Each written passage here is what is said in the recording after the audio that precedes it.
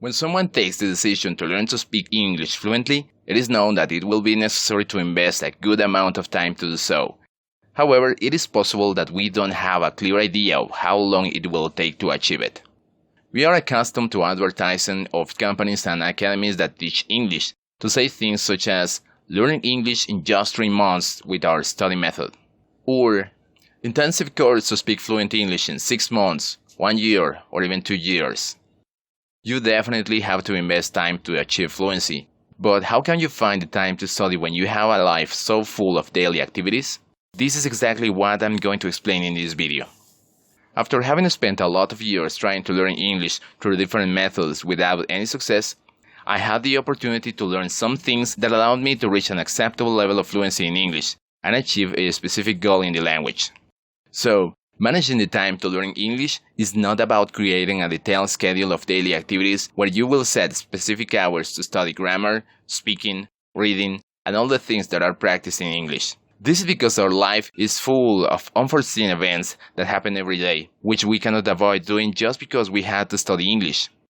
This is why reaching the goal of speaking fluently in a relatively short period of time requires learning new skills which you may think are not related with learning the language, but they are vital to do it.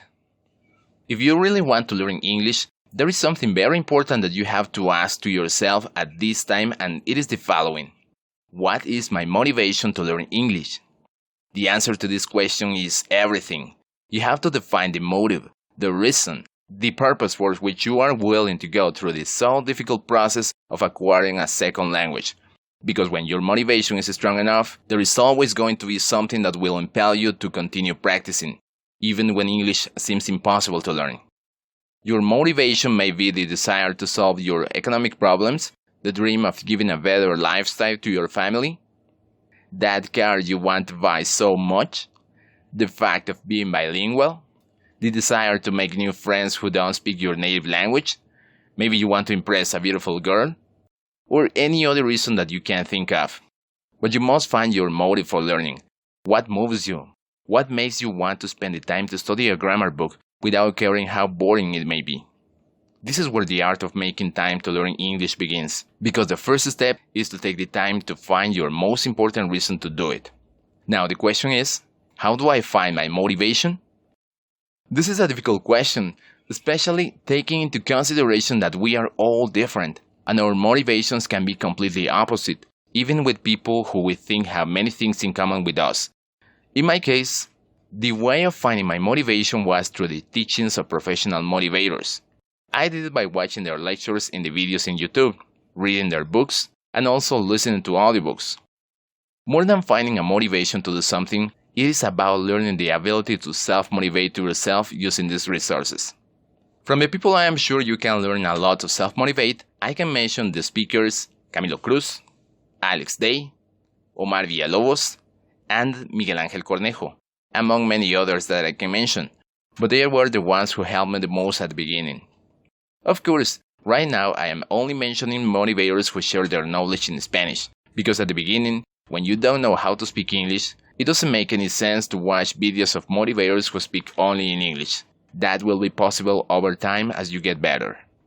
If Spanish is not your native language, you can also find motivators in your native language just by making a search on YouTube or also in Google. Now let's talk about the time specifically to acquire the English language. But first, you have to take into account what is commonly believed about the time management during the learning of English. It is common to think that to achieve a good level of fluency in English, you have to study for 1 year, 2 years, 3 years, or even more. But this is where the first error is, because the time to learn English is measured not even in days. Think about this. One day has 24 hours, of which approximately 1/3 of the day are for you to sleep. Other hours are for eating, taking a shower, working, and doing all the things that a person does during a normal day.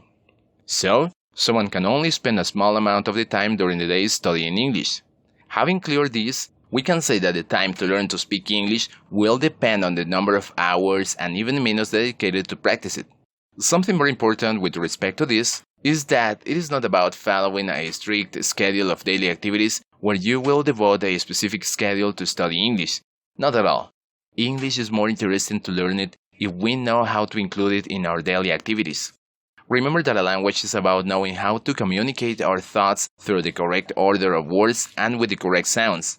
Also, to understand what people say through our ears, and of course, to know how to read and write about the things we like. These are things we do every day. Why not practice English along with these activities? So, for many activities that someone may have, there is always going to be time that you can use. Sometimes it will be only a few minutes that can be used to learn English, but can be accumulated during the day. It's about identifying those moments of valuable time that we are not using throughout the day to do the proper practice with English, whether listening, speaking, reading, or writing in English. Of course, you will need hours dedicated to the intensive study of things like grammar, vocabulary, or pronunciation. But if you want to be able to speak English naturally, they are part of everything that has to be done.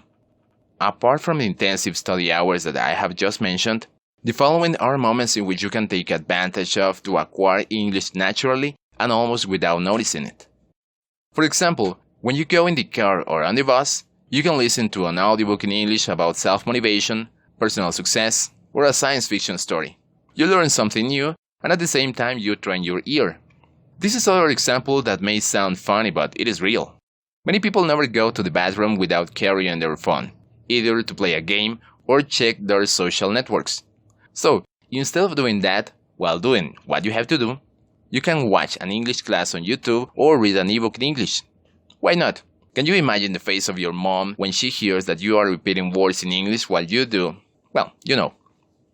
Another example will be this. While watching a movie, instead of watching it in Spanish or your native language, you can watch it with audio and subtitles in English. Well, there are countless examples that I could mention in which you can take advantage of your daily activities to study and improve in English.